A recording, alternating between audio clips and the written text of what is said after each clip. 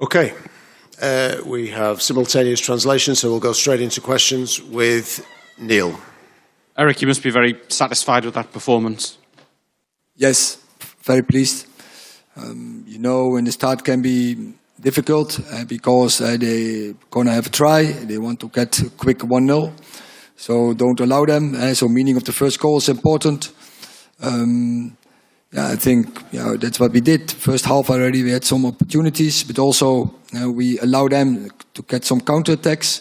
So we have to be a little bit more calm on the ball. Second half was better, scored the first goal, and then I think game was our sides. And Marcus's goal just shows the confidence that he's playing with at the moment. Yes, I think he already...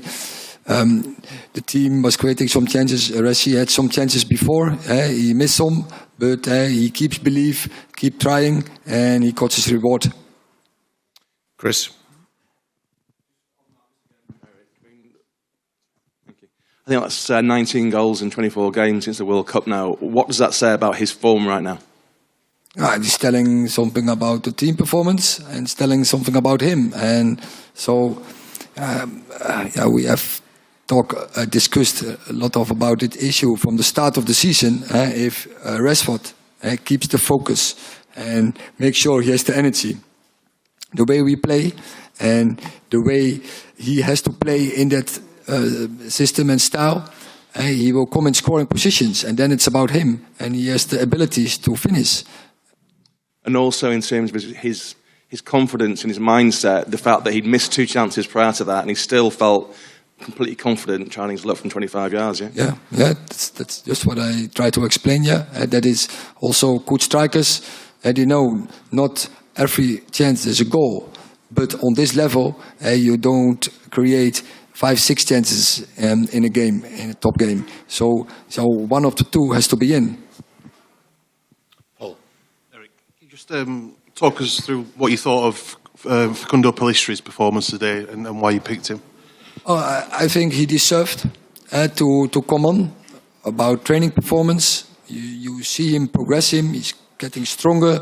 He had some good come in against Leeds, against this week. Was a good come in against Betis in the home game. So in the start is always more difficult. We have seen that in the start of the game, but when the game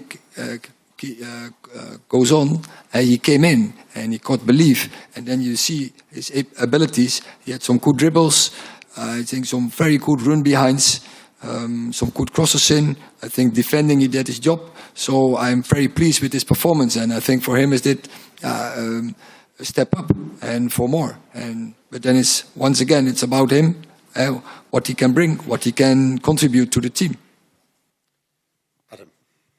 Eric, congratulations on making it to the quarterfinals. How pleased are you with the way the team managed the game tonight in the hostile atmosphere? But not only tonight, that's 3 positive away results against Spanish teams, all in the top 5 of La Liga right now, where United have notoriously done bad in the past. Does that show the maturity of the team in handling these sorts of environments and going on to win the competition? Don't light up the stadium. That's the first. And we have seen there was some noise in the start of the game because we allowed them some transition moments. So once you came through and once you scored that first goal, and game is gone for them, and they don't have to believe anymore. So you have to manage that, and in a way stadium is that more difficult. So that's another step what we made in mentality, in winning attitude, how to deal with that. And we performed now 3 times quite well. Away game in Spain, 2 win, 1 draw. So that is okay. But I think that is the way how you have to face such games. Laurie.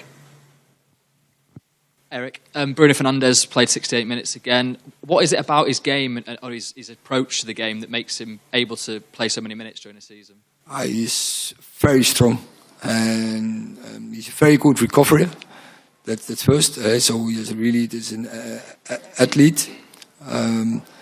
He has so much energy, and he can play in so many roles. So for tactic, is that brilliant for a team that he can play in roles that you can play him there, where we can benefit from him, where we can overload areas, and where he can outplay opponents. So yeah, we get in good situations, so we will create chances. And then where he's always also very important in is in the counter press and in the pressing. And so this transition is a really fantastic skill from him, and he's the example for the team. So yeah, I think his performance once again already is weak.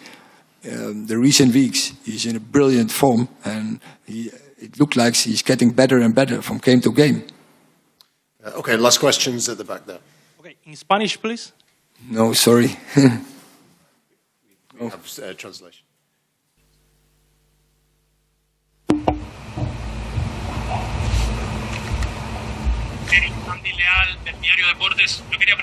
I wanted to know from your perspective about David De Gea. I don't know if you think that he is back to his best performance. Do you think David De Gea should be able to return to the national team of Spain? You can see that his performance at Manchester United is brilliant over years. He has the most clean sheets. So he win a record over Peter Schmeichel. When you win a record over Peter Schmeichel, you have to be very, very good. And as he's showing, he's so consistent. So you can, as a manager, always rely on him. Now we have seen it today as well. But I think he's working on a very good season. So, but for the rest, it's up to the manager of Spain if he selects him or not. Last question.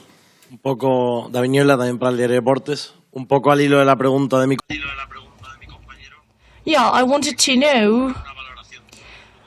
to have an assessment about the whole match and also the feeling that you had here at this stadium, Benito Villamarín, and if it's similar to the one that you have at your stadium at home or in other English stadiums.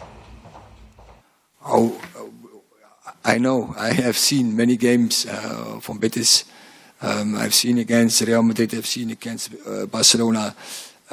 It's a fantastic ambience here.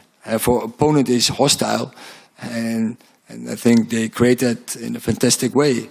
And I think they really support the team.